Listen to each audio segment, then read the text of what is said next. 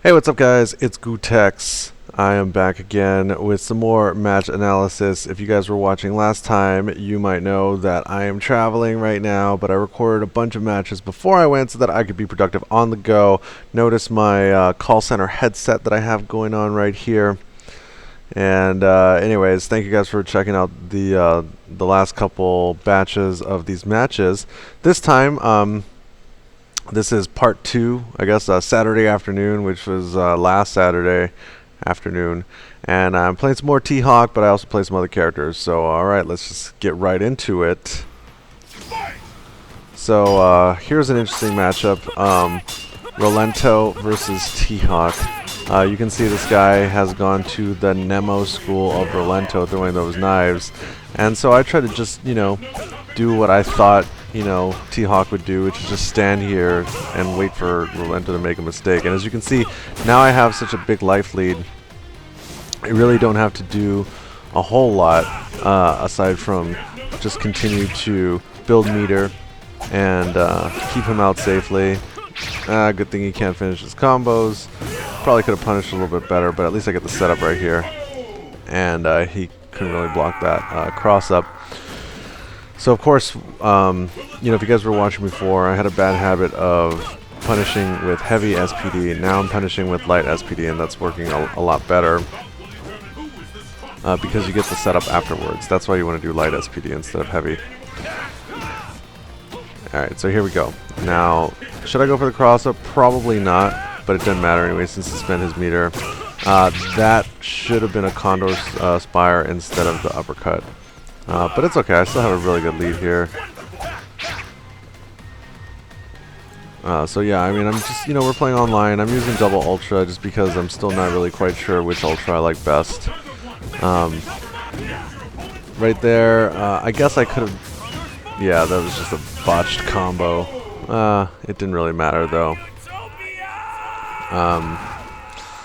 Let's see, what could I have done better? Well, first of all, I was dropping my combos.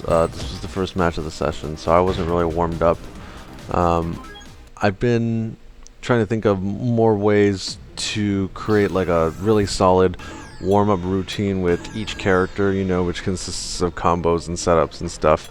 And so I came up with that a little bit a few days later, but when this, when I recorded this, I hadn't really done any of that yet.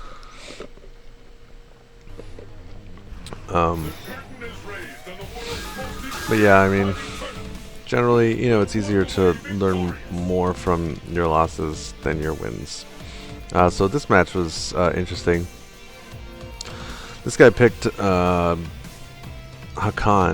and Hakan is always a character that I struggle against because I've never used him. I never really put a whole lot of effort into researching his capabilities, but man, Hakan is one of those characters where, like, when you get blown up by him, you're just like, dude, what am I doing? This character, like, I have no idea what this character is doing. And in this situation, this is the first time that I've played Hakan using a grappler, because typically, using Rose or whatever, it's like the match is like always kind of scary because, like I said, I don't really know what Hakan is capable of. But with playing a grappler versus another grappler, it's a little bit of a different fight. Like both both characters have to respect each other more because each of them is trying to get the grab. So let's take a look. Let's see if he backs up and puts the oil on. No, he just goes straight in. Alright, now the oil's on. Okay, see, like, when he does that, like, I'm pretty sure you can't stand up. And if you're in the air, then he gets you. I really should know these things. Alright, so here's the cross-up. And right there, this was before I had really worked out, like, what the right thing to do is if they block the cross-up. Because what I was working on was the body splash into close medium into Condor Spire, but that's it's not the right thing to do because it pushes back too far. It pushes T-Hawk back too far, so it doesn't really work. Also, you should also notice that Hakan is using Ultra 2, which means that I can't really cross him up when he has Ultra because I'll get hit by the Ultra 2. And so before I was using double, but now I'm using Ultra 1. This is because since Hakan doesn't really have like a big floaty jump, it seems like it'd be harder to hit, especially online. So yeah, I got lucky and got him with Ultra 1 right there to end the round. So here is definitely a situation where I'm not really comfortable. You know, the neutral game versus Hakan when he's all oiled up is very, very scary to me. But here, at least I can get this cross up. And oh, that was just a bad read right there. But I have a pretty solid life lead. But I'm still really, I'm very wary of the super. Oh, and here, all right. I'm not actually, like, okay, so see right there, he hits me with the air-to-air and he gets counter hit. I'm not sure if he needs the counter hit to hit the Ultra right there, but either way, pretty solid damage, ties it up. And now, okay, whoa, okay, so I'm really not sure. I think this guy is just not too familiar with the T-Hawk match, and that's why he did. Okay, I'm sorry for scrubbing out right there. I'm pretty sure he did the super right there because he wasn't taking into account the Condor dive, which obviously, you know, can change the trajectory. Because I think he was expecting that I would just land in the super, which, you know, would have probably taken us to the third round. But I think there's one more game with this guy. So let's see, like, what could I have done better? Well, first off, using the cross-up splash into 2 medium punches doesn't really work because it'll push you back too far. Lots of times. Secondly, you know, I never really, like I said, I don't know the matchup too well. So getting hit by the air-to-air into Ultra was new to me. Let's see what else. I went for the Ultra and it whiffed. It was probably a bad time to go for it. And also, I'm really not sure what to do about the tackle that Hakan does. But I'm pretty sure there's another match with him later. All right, so here we go. T-Hawk mirror match. Both of us rocking the Ultimate Warrior ult. This is definitely going to be a good match. I'm picking double because I want to, you know, just be able to shut down the air options while still not, you know, T-Hawk, it's very easy because he has a very floaty jump, so it's easy to hit him with Ultra 2. But at the same time, if I land like a focus or something, or I don't know, I'm able to punish something with Ultra 1, like I don't want to give that up either. So basically this is kind of like the battle of the Condor Spire and that was such a terrible not punish right there. But this is the battle of the Condor Spire and the Standing Roundhouse. And also a battle for who can control the air with the Condor Dive. So I'm trying to play as patient as possible and show this guy as much respect as possible because, you know, obviously having 6,000 points with T-Hawk, I mean, I barely started with this character, so like I assume that this guy knows a lot more. Okay, so in that situation, see, normally I've been using light SPD, but in that situation I used heavy. And that's because heavy does more damage and pushes them farther away. Now the reason that I'm wanting to be further away against T-Hawk is because, you know, he's a grappler, and once I get the lead against him, I don't want to put myself at risk for getting too close and then him, let's say, either mashing out Ultra or mashing out EX. So that was why I opted to do heavy instead of light. Whereas, you know, with most characters, you want to get the ambiguous cross-up setup that you get from light SPD. But I didn't even want to put myself in a situation where something bad could happen. So I just wanted to compound the life lead and then basically, you know, whittle him down without taking any unnecessary risk. So now that I have the meter advantage, yeah, like it was not good for me to use the meter right there. And see, so now he doesn't have meter, and he didn't have EX, and he didn't have Ultra, so that was why I went for light SPD and went for the setup afterwards, because there was nothing that he could do. Because even the thing about his uppercut is that it doesn't really have a whole lot of start invincibility, so it's very easy to cross T-Hawk up like that. So in that situation, I was willing to take the risk because there was very little that he could have done about that setup.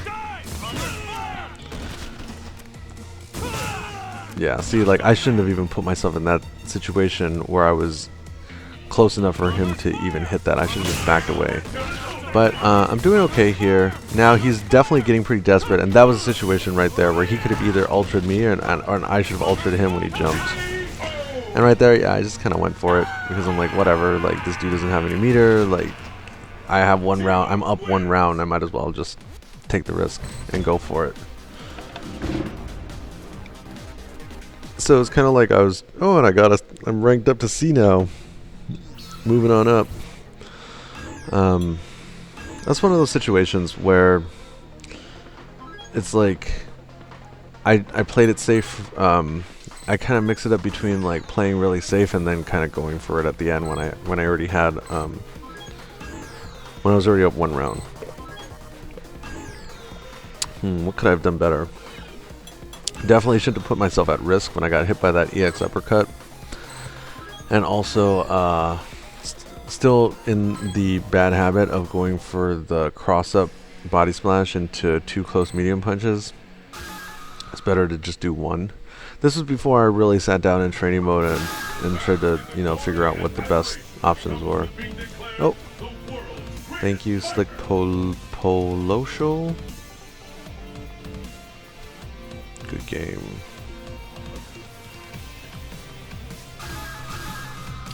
Alright, now here's an interesting matchup. So, Rose versus T-Hawk. As a Rose player, I hate this match. Like, I used to find back in, you know, when Super came out that this match was pretty easy and it was definitely in Rose's favor, but now, you know, like 3-4 revisions of the game later, especially fighting T-Hawk players like Hung B, man, I really hate this match. I find it really difficult because it seems like T-Hawk can kind of just do whatever he wants and just kind of like walk forward and not really worry. So I'm... and see, I jumped in too late right there. That's why he was able to get that soul throw. So I've already taken quite a bit of damage here, and I haven't even gotten like the screen position. So right there, I should have just blocked to see what he does. And now we'll see. I'm not really, yeah. See, I didn't want to go for the cross up right there because I didn't have him anywhere near the corner. I'm trying to push him to the corner. So that time, oh man, I burned all that meter. I really didn't need to burn the meter on the Condor dive at the end, because even if it would have killed him, you know, it still just was unnecessary to burn that meter. Okay, so now, yeah, again, I'm going for the 2 close medium punches, which obviously does not work. I mean, it works in training mode if you hit it super deep, but it's kind of impractical in a real match. But hey, at least I have him burning his meter like that, so he's kind of scared. And but that was kind of a ballsy throw right there. And he was able to dash away from my EX Condor Spire. And see, so that time I didn't burn the meter.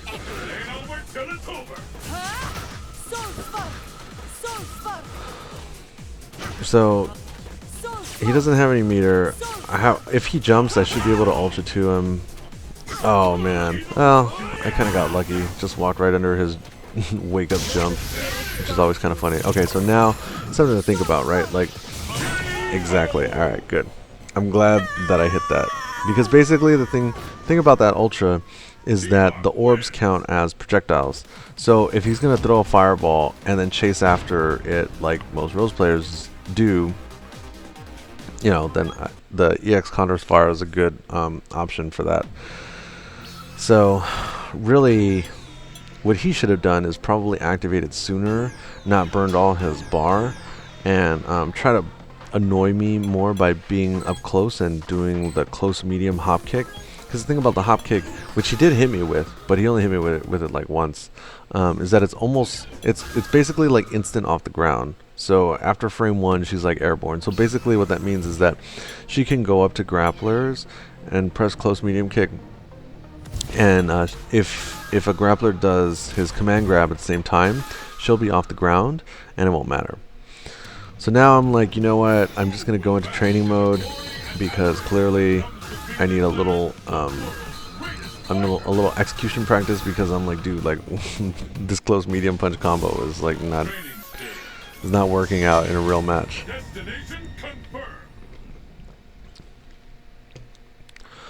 So I'm pretty sure that I came into training mode and turned on fight request so that I could practice for a little bit until somebody else came up. There we go. So this is the combo that I was going for, and as you can see, it does work. It just doesn't really work after the cross up. So if I were to get a focus, like, yeah, like that's a good, you know, that's solid damage right there. But I don't even really go for focus too much for T-Hawk, so maybe it doesn't really matter that much. But basically, you know, what I'm trying to do is I'm trying to hit the combo 10 times in a row, because when you're practicing your execution and you can't hit it 10 times in a row, like, you don't really have a good grasp of, you know, of the combo yet. So once you can hit it 10 times in a row consistently, like, then I would say, alright, you can do it, and now it's time to move on to other things, I guess. Alright, so we'll see who... Oh, I don't remember who this guy was playing. But yeah, I mean, you know, there's something to be said for, you know, playing in training mode with fight request on, so that you can at least, like, kind of stay warm in between rounds, in between matches, and, you know, be productive. You know, practice your execution, practice your setups. I mean, even if you only practice for like a minute, you know, if you're playing for like an hour and you did like 12 minutes of, you know, training mode, like that's, you did like a minute of training mode in between matches, you know, that's like 12 minutes of training mode and in like a 1 hour session. Like that's, dude, that's pretty good. That's probably more than you would have done otherwise. So, alright, another Hakan player. Dude, number 5 Hakan. This guy's really good. But we're almost even on points. Ah, look at that parry. See, this is what I'm talking about. Like, dude, I have no idea what Hakan's doing. Okay, so he gets the knockdown, oils up again. Super greedy. But, you know, the thing about Hakan is that he's such a big target, and Condor Spire is really good against big targets like that. Even as anti-air, you wouldn't expect it to be. Wow, look how far that was. And so, you know, just looking at what I got hit by last time, which was that juggle into Ultra 2, or the anti-air into Ultra 2. See, okay, I'm sorry. Like that was that was really ugly. I feel like if he would have done Ultra 2, it should have worked. I'm also not quite sure why I'm using double Ultra in this situation instead of Ultra 1 like I did against the last guy.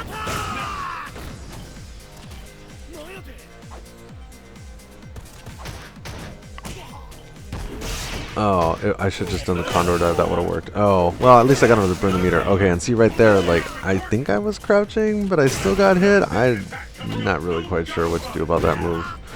But... yeah, I felt like I could just walk forward, and then if he tried to EX command grab, that I would just throw him out of it. I'm not 100% sure. Yeah, but he's just in pretty good control of this. But oh, there you see the Condor Spire again as anti-air. Now, I hope I don't go for the cross-up because that would be dangerous. Now, oh my god.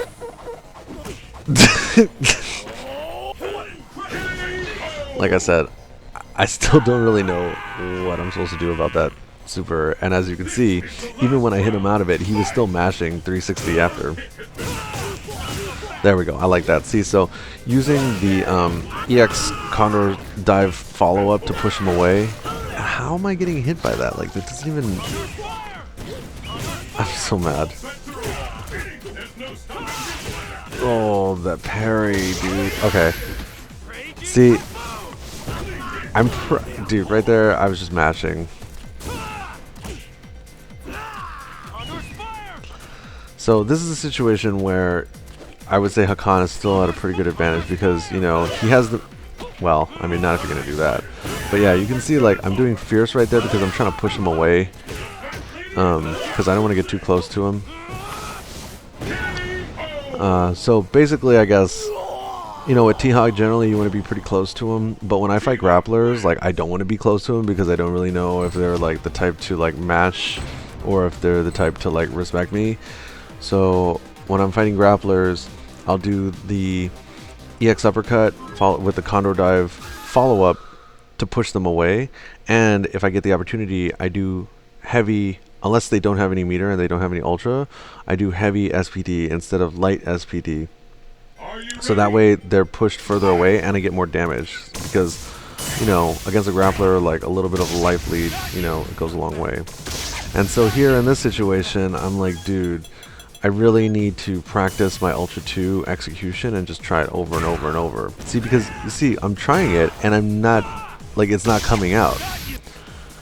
But you should also notice that what I did was I used the memory function and then I let the time run out. So that as soon as I practice the motion and it comes out, when I hit the back button on my stick, then it just starts back from the beginning of the memory save point, which allows me to practice the motion over and over and over quicker and more efficiently than I'd be able to do if I was waiting for the actual ultra animation to start and end and everything.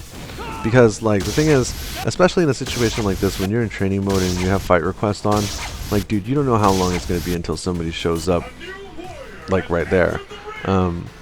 So it's very important to optimize. Oh, here's the Hakan guy again, from before. But when you're playing in training, when you're practicing your execution in training mode, it's very important to optimize your time as much as possible. Because, I mean, I'm sure you're busy with work, school, family, girlfriends, boyfriends, whatever, and you know, those seconds that you have, they really add up. So everything that you can do to reduce the amount of time that you spend sitting there waiting for something and instead fill that time with more and more repetitions is, like, gonna be helpful in the long run, and that kind of compounds your, like, execution skill incrementally.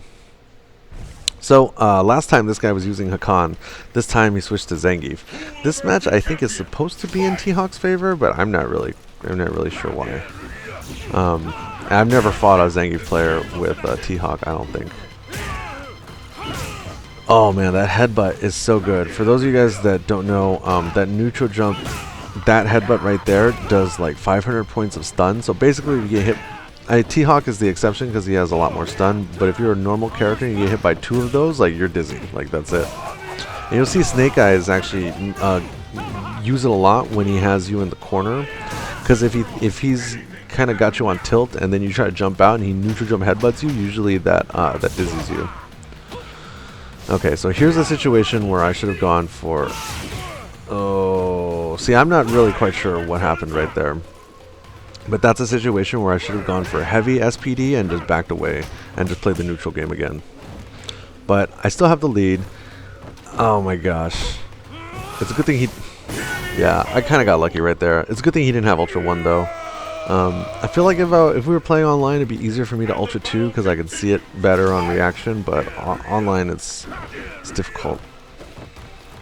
But yeah, I'm still not sure. Yeah, see, like, that's what I'm, like, kind of worried about. But okay, here we go. So there we go. Okay, so basically I'm dashing forward and doing the standing roundhouse so that it hits him meaty, so that if he tries to jump or hit a button on wake up, it should hit him.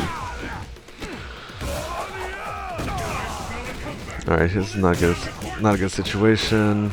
Alright, he's got a really big life lead, but I got lucky on that cross up. Is that going to work? Yeah, okay, good. But see, the problem with that is that I'm probably not going to get another Ultra before the round ends, and it doesn't really do that much damage. completely unsafe. Counterspire, I believe. Counterspire is -3 on EX.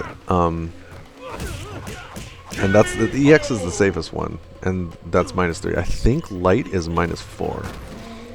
So obviously, you know, Zangief has a, you know, like a 2-frame window to punish with SPD. Couldn't hit my anti-air in time. Uh-oh. I got lucky right there. Might have been a situation. Oh god, that was so stupid. Like, there was no reason for me to do that. Like, he had no meter. I didn't have to worry about him doing Wake Up EX, SPD or anything. That was not a good decision. He's very patient, you know. I'm hitting. Oh, I got him again. Oh yes. See, so all that practice that I did in training mode, practicing the execution of the ultra and then resetting it with the back button over and over and over. I mean, I must have did it like, I don't know, like 10, 20 times in training mode. And I've hit it twice in the next match that I played, so, you know, a little bit of practice goes a long way, right? And right there, I didn't go for the follow-up because I didn't want to burn the meter. Uh-oh. Very dangerous. He's probably using Ultra 2 so that I can't use, oh my gosh. Oh my gosh. That was so bad. That was so bad. Oh my gosh. I can't believe that I didn't have a punish. I read it. I read his EX green hand correctly, and I neutral jumped. But then, I thought I could do close medium punch, but I was way too far, and I got crouching medium punch instead. So I think what would have been better is if I would have done neutral jump fierce and then crouching medium kick into EX Condor Spire, and that would have killed him. So again. Back here in training mode, yeah, back here in training mode, practicing Ultra 2 over and over and over. 3, 4, 5, 6, 7, 8, 9, 10. Yeah, so see, like, I want to make sure, see, and like, even in training mode, like, my execution is still kind of like 80% on it. And it's even harder, you know, with the lag, playing online and stuff, but yeah, what I should have done right here, and you can see me, what I should have been doing is practicing a neutral jump punish combo, because that was what almost cost me the last game, is because I messed up that punish. So here, I'm trying to do the 2 close mediums into EX Counterspire, because you can. The thing about EX Counterspire is you can also juggle with headbutt afterwards. I mean, excuse me, with EX Uppercut afterwards. Yeah, yep, like that.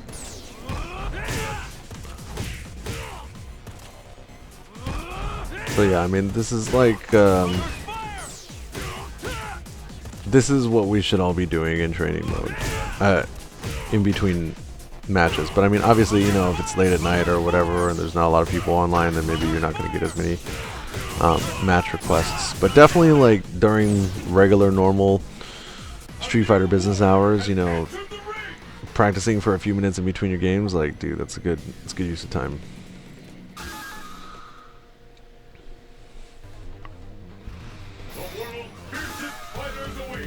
So it looks like we got maybe 2 more matches. Okay, okay. This guy, I remember. So here's another Rose player. I'm pretty sure this is the guy with the ugly dress. Yeah.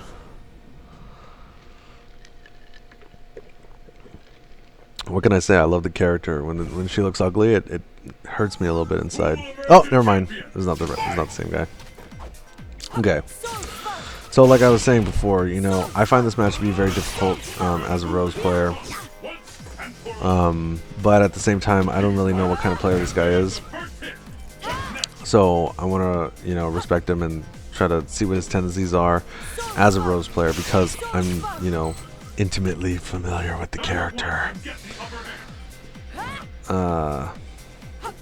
So So yeah, I mean, I'm slowly walking him to the corner, but you know, I have taken a little bit of damage.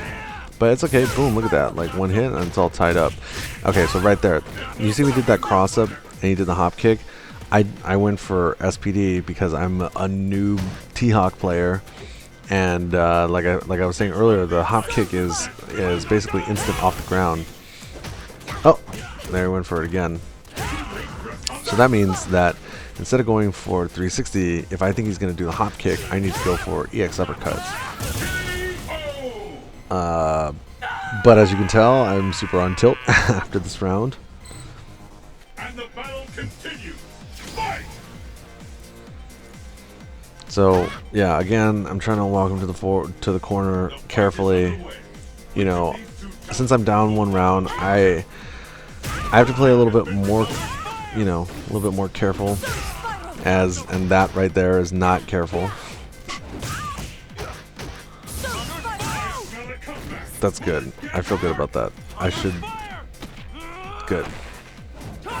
Okay, so now I want to back. Okay, I'm glad that I just backed away because. Oh my god! And of course, that's when he slides out. But I was trying to back away to, like, try to catch him just jumping out so that I could anti-air. Because the thing is, like, I know as a Rose player, he doesn't want to be in the corner like that.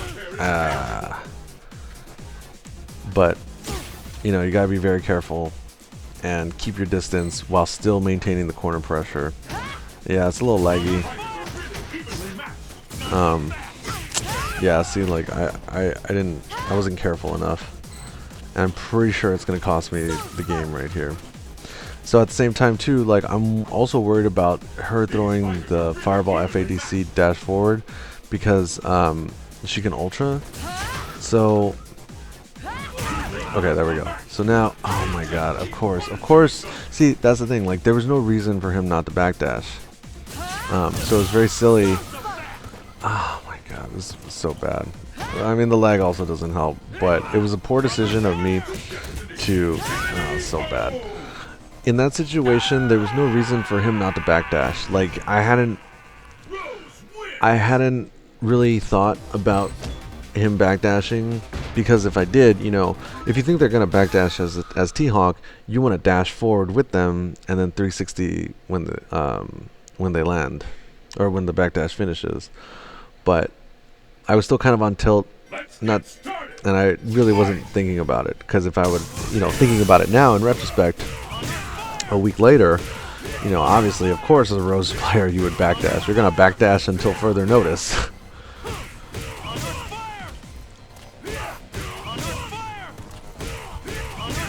So you can see here, practicing that combo again, just in case, you know, I hit the focus.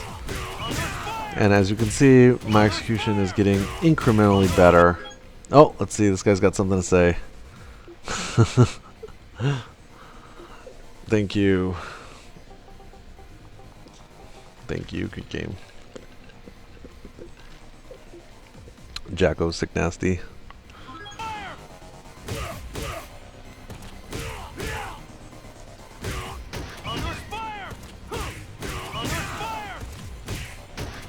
Yeah, I mean, there's probably other combos I should be practicing with T-Hawk, or different block strings or whatever. But,